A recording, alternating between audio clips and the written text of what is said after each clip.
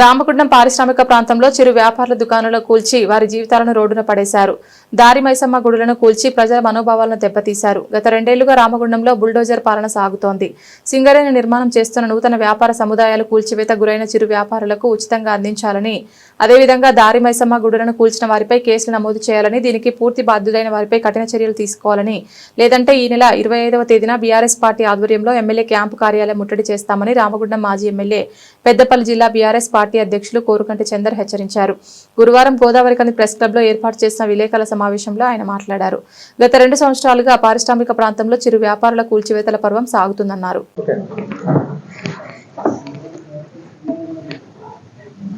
రాష్ట్రంలో రేవంత్ రెడ్డి బుల్డోజర్ పాలన ఏ విధంగా అయితే నడిపిస్తున్నాడో, రామగుండంలో కూడా రాజ్ ఠాకూర్, మక్కన్ సింగ్ కూడా బుల్డోజర్ పాలన నడిపిస్తూ ఉన్నారు.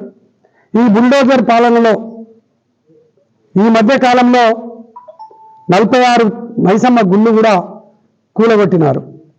మరి ఎవరు కూలగొట్టిండ్రో స్పష్టమైనటువంటి ప్రకటన ఇప్పటి వరకు అధికారులు కానీ పాలకులు కానీ ఎవరు కూడా చేయలేకపోయినారు.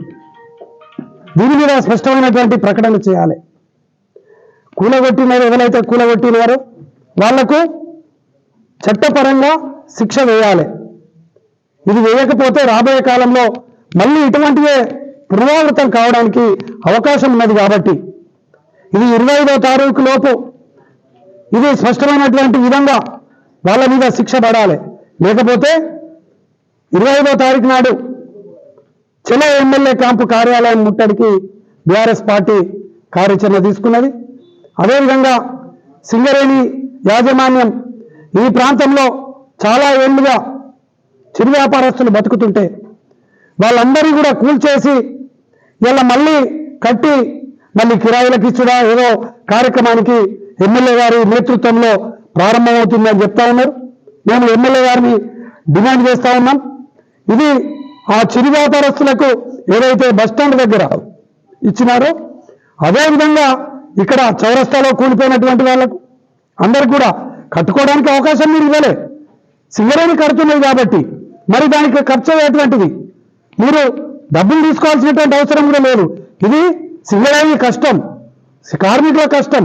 కాబట్టి ఆ యొక్క చిరు వ్యాపారస్తులకు ఉచితంగానే ఇవ్వాలని డిమాండ్ చేస్తూ 25వ తారీఖు నాడు ఈ యొక్క సమస్యల మీద పరిష్కారం అయ్యేటువంటి దిశగా ఎమ్మెల్యే క్యాంపు కార్యాలయానికి చలో ఎమ్మెల్యే క్యాంపు కార్యాలయం కార్యక్రమాన్ని తీసుకుంటా ఉన్నాం. ఇంతలోపు ఈ యొక్క సమస్యను పరిష్కారం చేయాలని కూడా ఈ సందర్భంగా మేము డిమాండ్ చేస్తా ఉన్నాం.